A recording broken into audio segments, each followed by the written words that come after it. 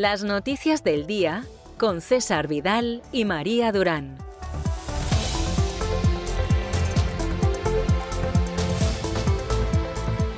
Estamos de regreso después de ese editorial que hemos tenido que dedicar con harto dolor de corazón a cómo con el gobierno de Milei la corrupción en Argentina no solo no ha disminuido, sino que ha aumentado.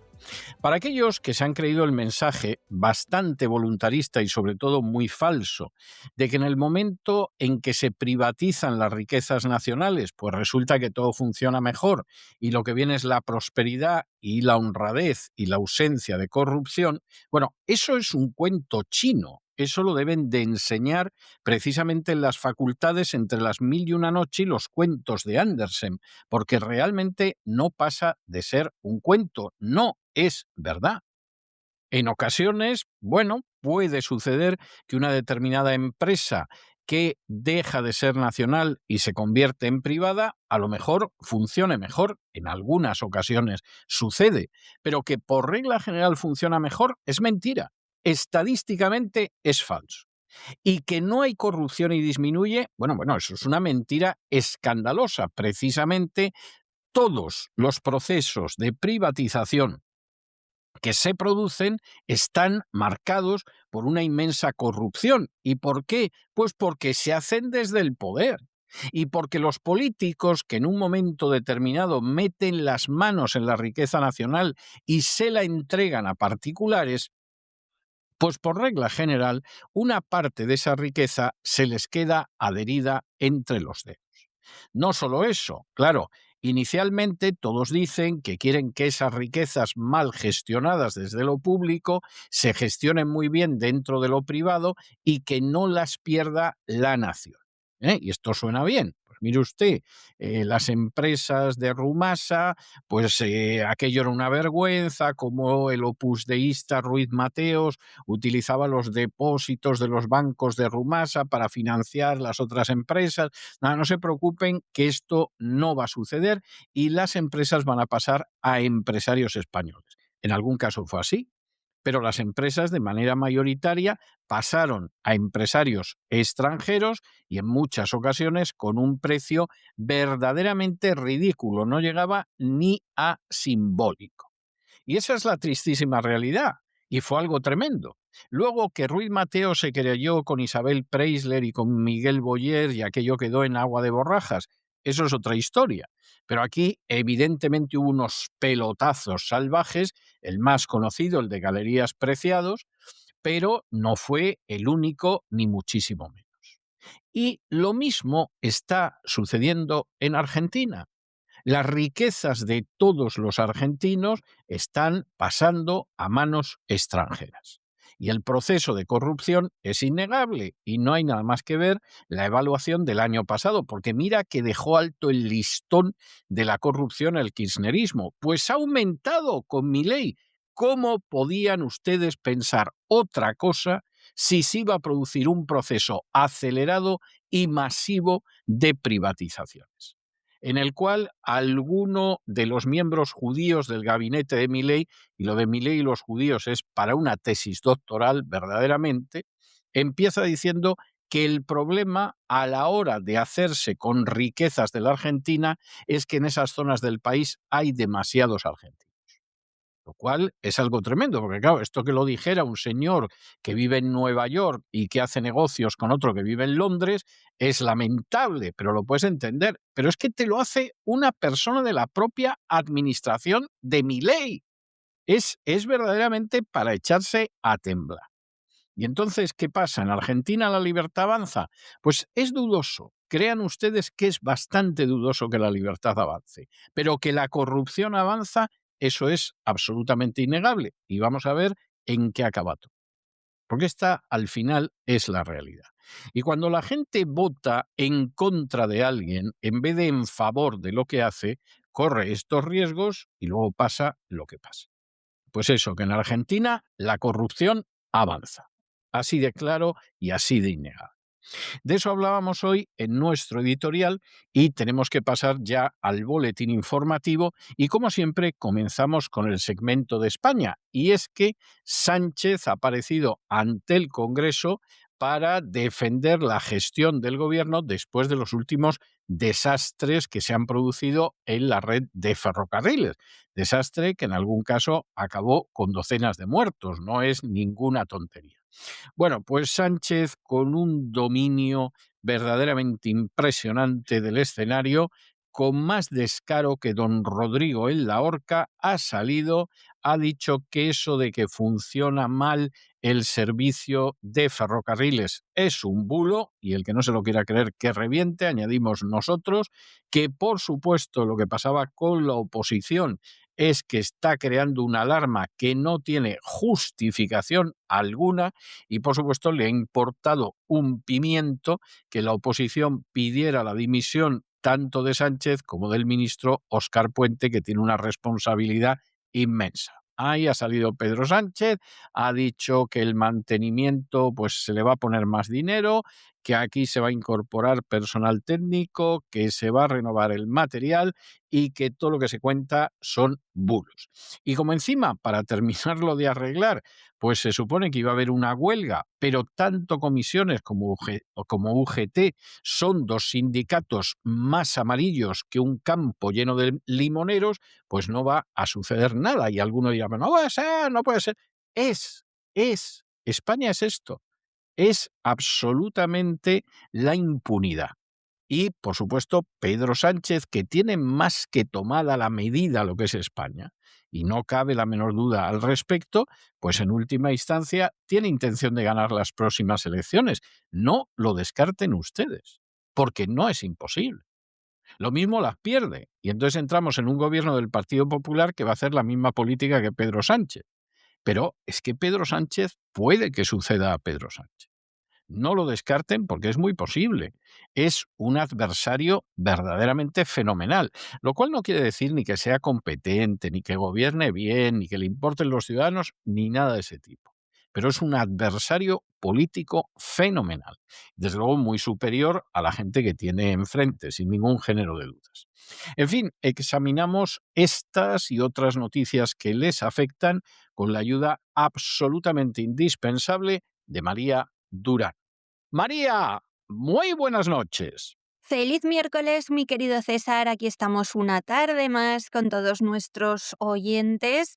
Empezamos, como siempre, por las noticias nacionales. Hoy Pedro Sánchez ha estado en el Congreso, ha comparecido este miércoles para abordar los recientes accidentes ferroviarios. Esa era la teoría. La práctica es que ha vuelto a salir en público para culpar de todo a los bulos, a la ultraderecha y a no asumir ninguna responsabilidad. Gran parte de su intervención ha estado centrada en desacreditar las críticas a la gestión socialista. El jefe del Ejecutivo calificaba de bulos las informaciones que alertan sobre un deterioro del sistema ferroviario a pesar de todas las evidencias y pide a la oposición no generar alarma, dice, innecesaria sobre una red que, según él defiende, es segura y un referente internacional. Sin embargo, sus palabras llegan tras varias semanas marcadas por graves incidentes que han puesto en cuestión el estado de las infraestructuras y los protocolos de mantenimiento. Ahora verán que les cuento más de esto. La oposición le reprocha falta de autocrítica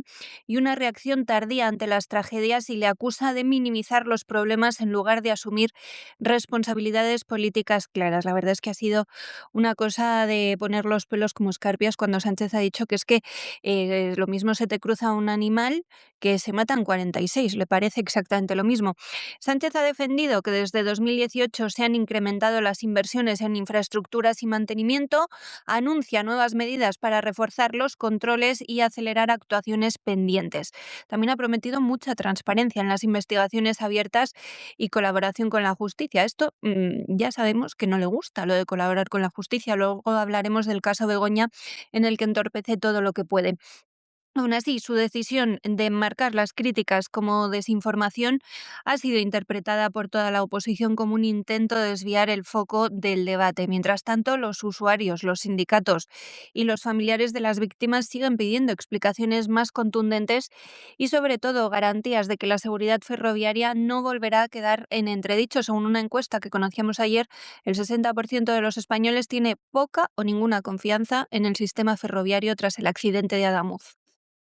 Bueno, y empiezan a aparecer correos internos de Adif y resulta que ya en el 2020, es decir, hace más de un lustro, es decir, hace 6 años, comentaba que había problemas con el tren Séneca, que era el encargado de inspeccionar las vías de alta velocidad. Esto por averías técnicas y por falta de maquinistas cualificados. Ya se decía entonces, hace 6 años, que no se podía tener seguridad con la seguridad, valga la redundancia, porque no se podían realizar todas las inspecciones previstas. E incluso se llegó a plantear que la velocidad tenía que bajar de 300 kilómetros hora a 250 precisamente porque no había garantía de control. Para terminarlo de arreglar, el único tren Séneca que hay lleva en reparación desde noviembre, que se dice pronto, desde 2 meses antes del accidente de Adamuz, con lo cual, evidentemente, poco es lo que pasa.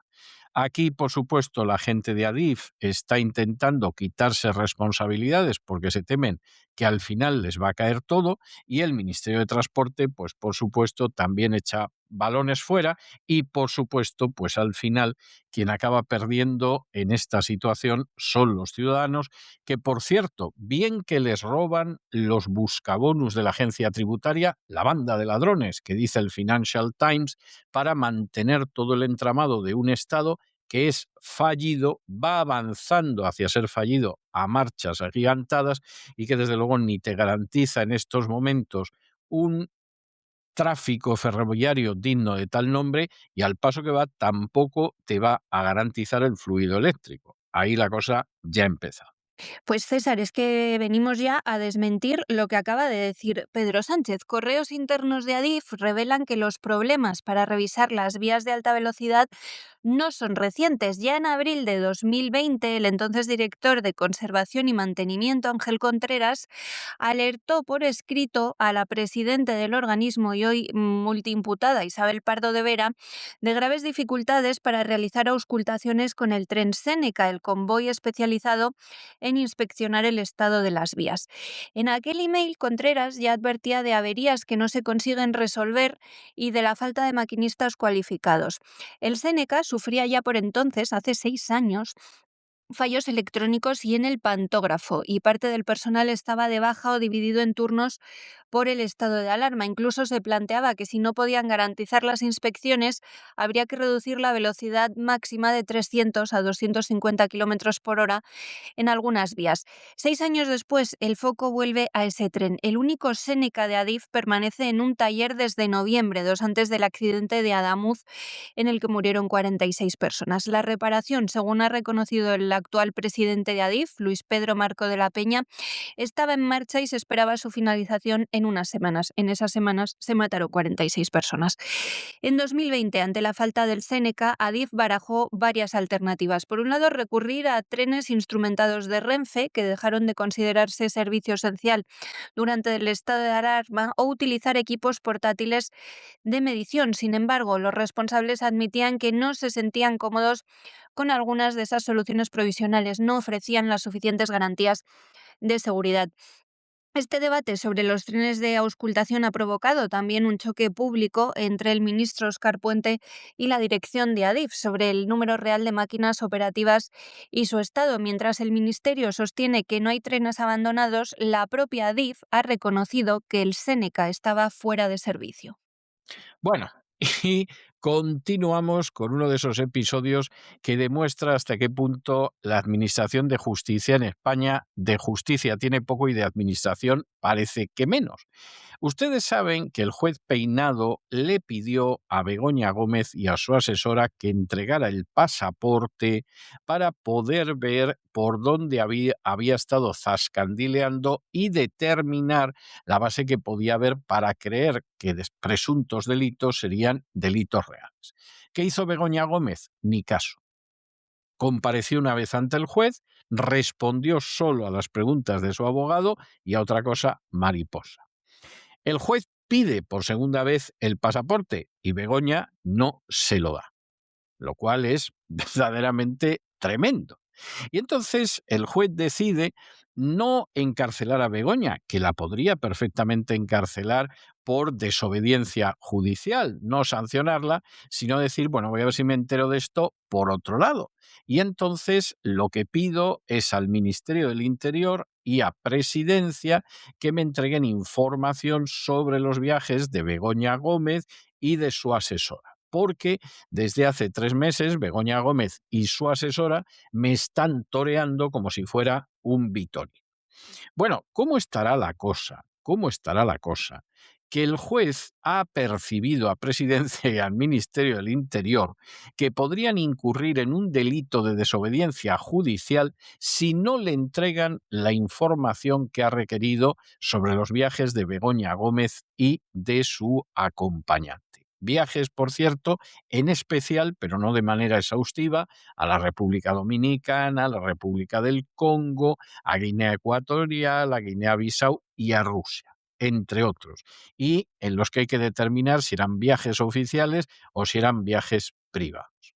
Pues esto, en última instancia, dice lo que da de sí el juez Peinado, que hasta ahora parecía que tenía una cierta valentía a la hora de enfrentarse con el morlaco de Begoña Gómez, pero que está quedando claro que no es así.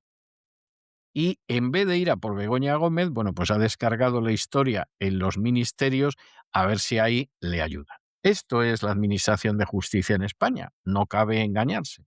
Y todo esto, además, con una fiscalía que no es nada más que una correa de transmisión de lo que quiere el gobierno, de los caprichos, las apetencias y las ansias del gobierno. Alguno dirá, hombre, hay excepciones. Sí, hombre, claro, alguna excepción tiene que haber. Tiene que haber algún juez decente y honrado que respete la ley y haga valer su autoridad. Tiene que haber algún fiscal que sea una persona decente y no se limite simplemente a perseguir a quien le dice el gobierno, a no perseguir a quien le dice el gobierno y a no presionar a gente inocente para que se conviertan en testigos falsos. Alguno tiene que haber. Nos gustaría incluso hasta conocerlo, ¿no? Y decirle, hace usted muy bien siendo una persona honrada, a diferencia de otros canallas que llevan la toga de fiscal y que pretenden crear testimonios falsos, o a diferencia de esos jueces que persiguen a quien les dice el aparato del Estado, pero que luego a la hora de perseguir a determinados personajes ligados al gobierno por corrupción, sobreseen la causa en unas horas. Claro, nos gustaría conocerlos. No les quepa la menor duda. Igual que nos gustaría ver un trébol de 4 hojas, un unicornio que va por la Gran Vía de Madrid y otro tipo de fenómenos de esta altura. El juez Juan Carlos Peinado ha dado un ultimátum a Presidencia del Gobierno y al Ministerio del Interior tras la negativa de Begoña Gómez a entregar su pasaporte para verificar los viajes que realizó junto a su asesora alto cargo, Cristina Álvarez. El magistrado advierte de que, de no atender sus requerimientos, podría iniciarse un procedimiento por presunto delito de desobediencia judicial contra estos organismos del Estado. Peinado ha mostrado su malestar, ya les contábamos ayer, por la escasa o casi nula, dice en su auto literalmente, colaboración con la Administración de Justicia de las investigadas que durante casi 3 meses han hecho caso omiso a sus demandas. ¿Se imaginan que lo hiciéramos usted o yo? En su auto del 6 de febrero, que conocíamos ayer, el juez ordena a la Oficina Nacional de Información del Pasajero, dependiente del Ministerio del Interior, que informe sobre todos los vuelos de Begoña Gómez y Cristina Álvarez desde que esta última fue nombrada por Presidencia.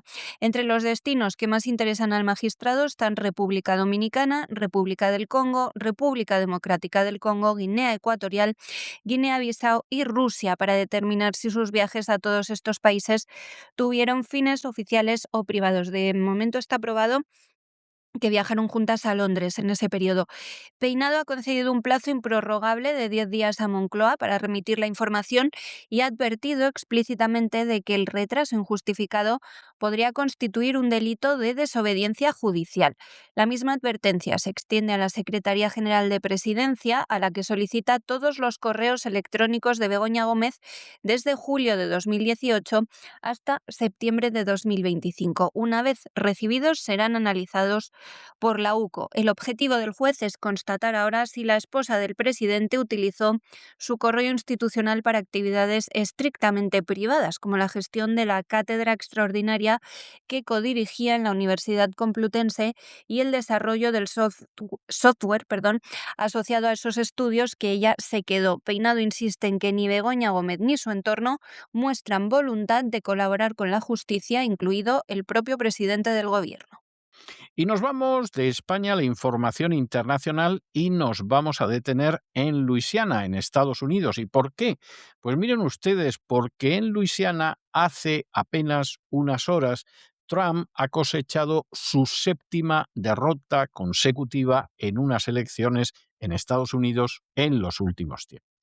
En Luisiana se enfrentaba Chastity Martínez en el 60º distrito de Luisiana con Brad Daigle. Y aquí, en última instancia, es un distrito en el que generalmente ganan los demócratas, pero en las últimas elecciones presidenciales había ganado realmente de calle Donald Trump.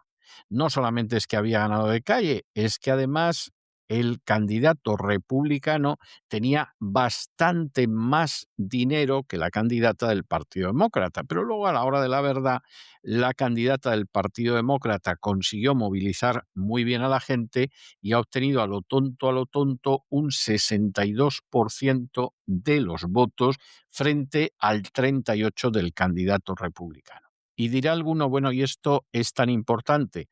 Pues sí, porque esto se suma a una serie de derrotas del Partido Republicano, por ejemplo, en el Distrito 9 de Texas, a 8 distritos recuperados desde el regreso de Donald Trump a la Casa Blanca, que son 7 derrotas consecutivas en diferentes estados. Y esto también por una sencillísima razón, porque la política que está siguiendo Donald Trump no solamente es muy desagradable para el votante medio, sino que además está desmovilizando al votante de MAGA. El votante de MAGA quería que se hubiera acabado la guerra de Ucrania el año pasado. El votante de MAGA está harto, asqueado de la sumisión de la administración Trump al Estado de Israel y a Netanyahu.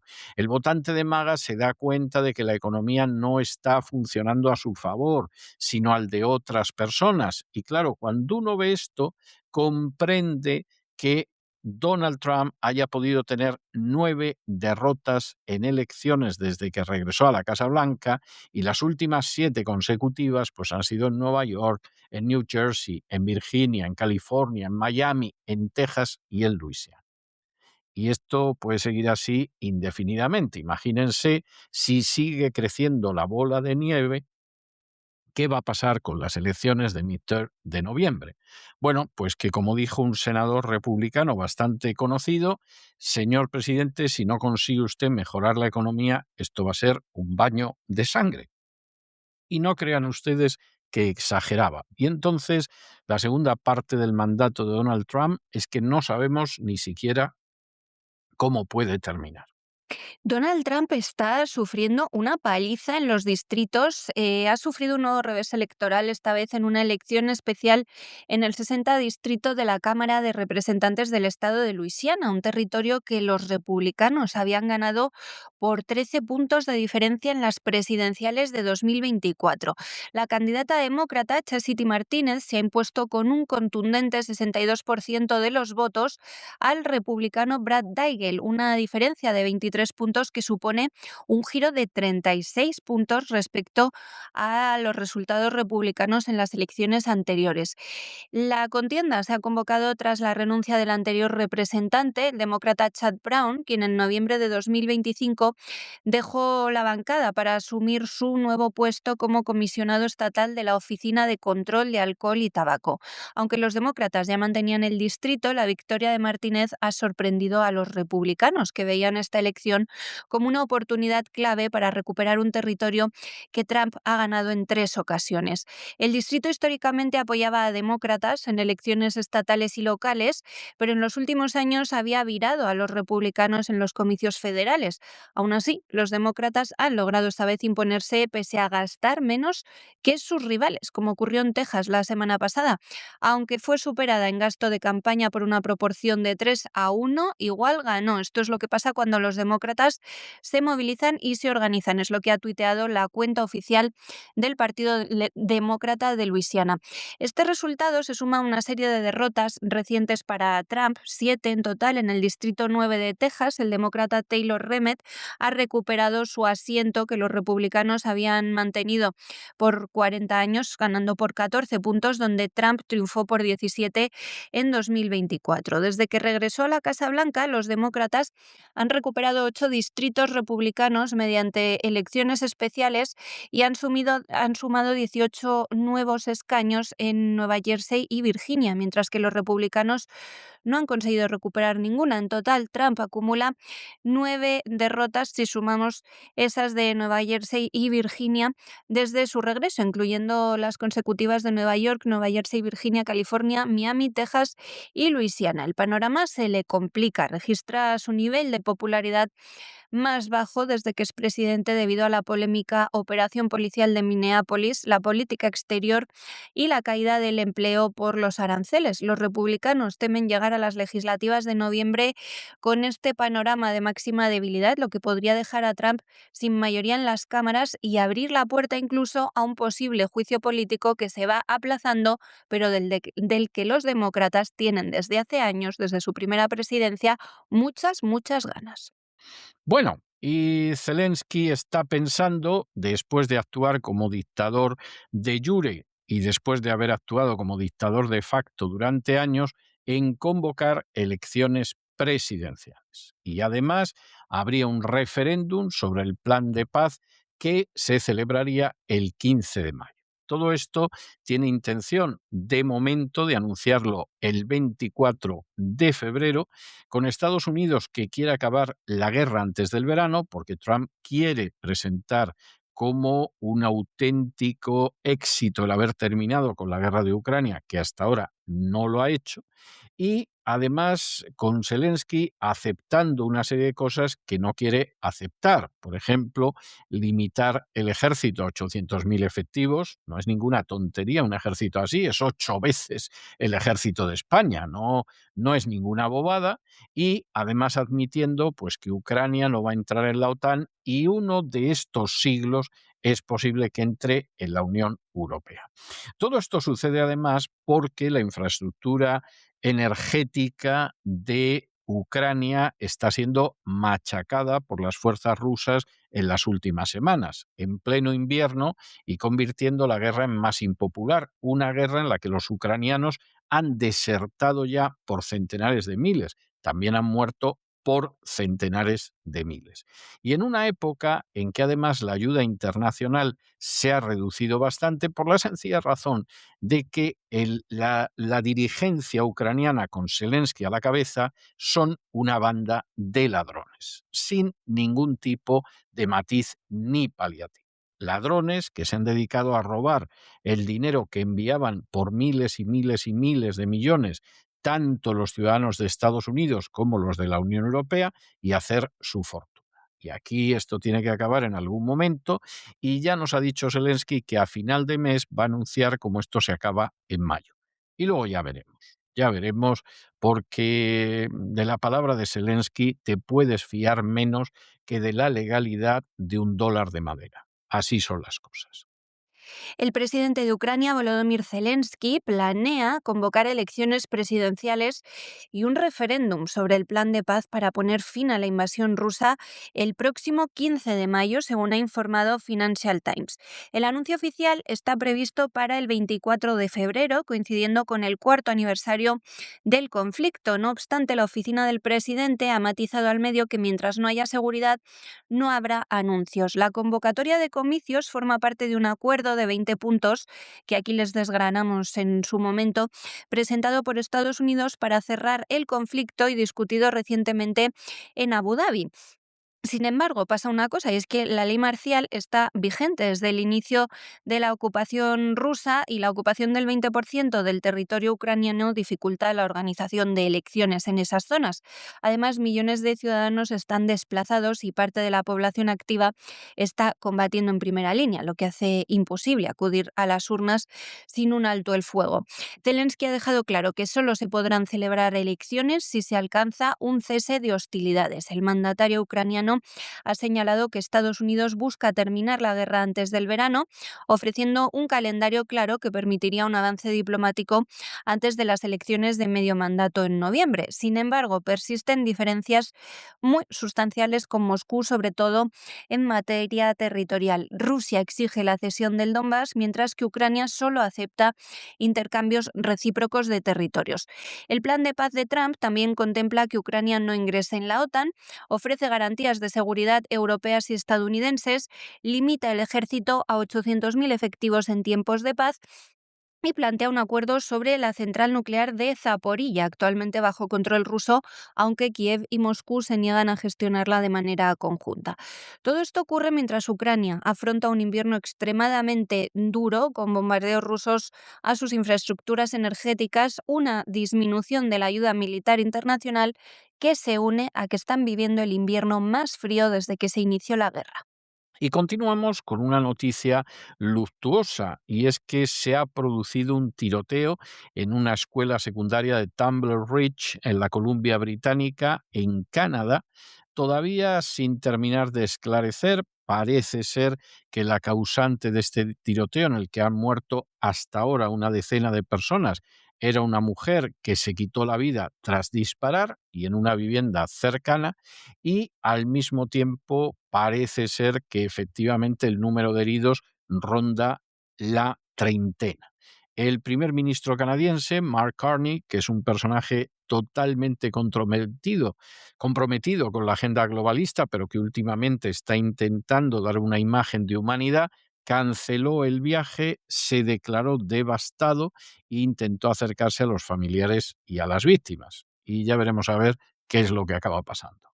Mala noticia la que nos llega desde Canadá. Al menos 10 personas han muerto esta madrugada en España y 27 han resultado heridas en un tiroteo este martes en una escuela secundaria de Tumblr Ridge, en la Columbia Británica. La presunta autora sería una mujer castaña que se quitó la vida tras atacar tanto el centro educativo como una vivienda cercana. La policía montada canadiense ha encontrado en la escuela 6 víctimas más y hay otra que falleció mientras era trasladada al hospital. Las autoridades han identificado una segunda ubicación vinculada a estos hechos, donde se han hallado 2 fallecidos adicionales y siguen registrando otras propiedades para descartar que haya más víctimas. Entre los heridos, 2 fueron trasladados en helicóptero con lesiones graves, mientras que los demás están recibiendo atención médica local por heridas que no suponen un peligro para su vida.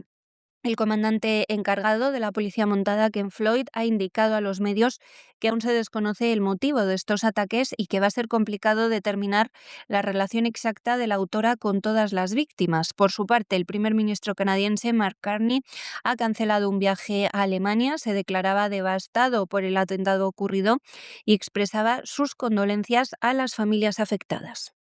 Y nos vamos del Canadá a Venezuela, donde Guanipa, que fue liberado, fue arrestado después y está ahora en una situación que es una especie de limbo legal. Ustedes saben que Juan Pablo Guanipa, uno de los disidentes venezolanos, estuvo detenido 8 meses, Fue excarcelado dentro de ese plan de supuesta liberalización del régimen chavista. A las pocas horas lo volvieron a detener, alegando que no había cumplido las condiciones por las que se le había puesto en libertad, que implicaban un silencio hacia el gobierno, y a Guanipa le faltó tiempo para poner al gobierno chavista, cual no digan dueñas. Se produjo un nuevo arresto y en este momento la situación es la de un arresto domiciliario. Juan Pablo Guanipa no ha vuelto a ser encarcelado, pero está en situación de arresto domiciliario en su residencia de Maracaibo y con unas garantías presuntas de la Fiscalía para garantizar el proceso penal. Como ustedes se pueden imaginar, pues la familia de Guanipa no está en absoluto de acuerdo con el nuevo arresto, insiste en que cumplió con lo que eran las condiciones para ser puesto en libertad y, por supuesto, de nuevo se está produciendo un llamamiento a los Estados Unidos y a la comunidad internacional. Pero es que Estados Unidos está de acuerdo con esto. La administración Trump ha dejado claro que no quieren un cambio de régimen, que solamente quieren un cambio de comportamientos. Y, hombre, cierto cambio de comportamiento hay, ¿no? Estás en una prisión infecta, te ponen en la calle, inmediatamente te arrestan y en vez de torturarte o volverte a la zahurda inmunda en la que estabas, pues estás en arresto domiciliario a ver si te portas bien, porque si no puedes acabar teniendo un disgusto. Pues esto es lo que hay en Venezuela. Es que hubo gente que cuando se enteró de la captura de Maduro se puso muy contenta, muy feliz, pensaba que sus sueños se iban a hacer realidad y simplemente se estaba negando a examinar las circunstancias de la manera más documentada y más aséptica posible, que es la única manera de intentar acercarse a un análisis correcto de la realidad. Ese análisis correcto puede fallar, porque evidentemente el ser humano es falible. Y en este sentido, el análisis puede ser aséptico, puede ser documentado y fallar, porque puede haber factores que no se conocen. Ahora, como no vas a acertar jamás, y ahí hay que referirse obligatoriamente a nuestro muy amado exilio cubano, que lleva casi 70 años anunciando la caída inmediata del régimen de La Habana, como no vas a aceptar jamás, es cuando tu análisis, en vez de ser un análisis frío, aséptico y documentado, es un análisis apasionado en que te empeñas en interpretar lo que sucede de acuerdo a tus deseos. Porque ahí lo más seguro es que te equivoques. Y Juan Pablo Guanipa, destacado dirigente opositor venezolano y cercano colaborador de Corina Machado, vuelve a estar excarcelado, pero en arresto domiciliario. Recuerdan, fue excarcelado el domingo tras más de 8 meses de prisión en Venezuela dentro de un proceso de liberación de presos políticos impuesto por el gobierno de Estados Unidos. Sin embargo, 12 horas después de su liberación, era detenido nuevamente en Caracas por un grupo de hombres armados, una situación que la oposición calificaba como un secuestro por parte del régimen. Este martes, todavía en Venezuela, que ya estábamos de noche, su hijo confirmaba que Guanipa cumple arresto domiciliario en su residencia de Maracaibo, en el estado de Zulia, tras la revocación de su excarcelación, alegada, por la Fiscalía por un supuesto incumplimiento de las condiciones de libertad impuestas por la dictadura chavista. Su familia sostiene que no violó esas medidas y denuncia que seguir bajo arresto domiciliario equivale a permanecer injustamente preso. Su hijo también ha agradecido el apoyo de figuras internacionales y exigía la libertad plena para su padre, así como la de todos los presos políticos que quedan en el país. La detención y el arresto domiciliario de Guanipa, quien había salido brevemente de prisión y luego estuvo desaparecido más de 24 horas, aunque se sabía que había sido secuestrado porque había testigos, han generado nuevas protestas y críticas de las organizaciones de derechos humanos que operan en Venezuela y en Iberoamérica, que advierten que la represión continúa pese a los discursos de amnistía y las excarcelaciones recientes. Este caso es visto por la oposición como un ejemplo de la fragilidad de las libertades políticas de las que empezaban a disfrutar en Venezuela, donde las medidas de apertura, como la ley de amnistía que discute la Asamblea Nacional, se quedan en insuficientes y sobre todo sujetas a reinterpretaciones arbitrarias por parte del gobierno de Delcy Rodríguez para mantener el control sobre los críticos políticos. Y hasta aquí hemos llegado con nuestro boletín de esta noche. María, muchas gracias, muy buenas noches y hasta mañana, Dios mediante. Es todo por hoy, César, que pases una muy feliz noche tú y también todos los oyentes. Nos oímos mañana, será ya jueves. Hasta entonces. Y ustedes no se nos vayan, no se nos vayan porque ya se dibuja sobre la silueta, sobre la línea del horizonte, la silueta gallarda de don Lorenzo Ramírez, que con paso firme y decidido se dirige hacia el avión del Despegamos para darle el niquelado cotidiano a la actualidad económica mundial. Y después, ya saben ustedes que nos marchamos de aquí, nos vamos inmediatamente a cesarvidal.tv, eso sí, en abierto, para continuar este programa de La Voz. Y como todos los miércoles, tendremos ese programa doble y sesión continua dedicado a la salud. Primero vendrá Elena Kalinnikova, nos hablará de la vida sana, de la existencia saludable, del naturismo, y luego daremos un salto cualitativo y tendremos a don Miguel Ángel Alcarria para que nos hable de la salud de la mente, de la salud de la psique. De manera que no se vayan, que regresamos enseguida.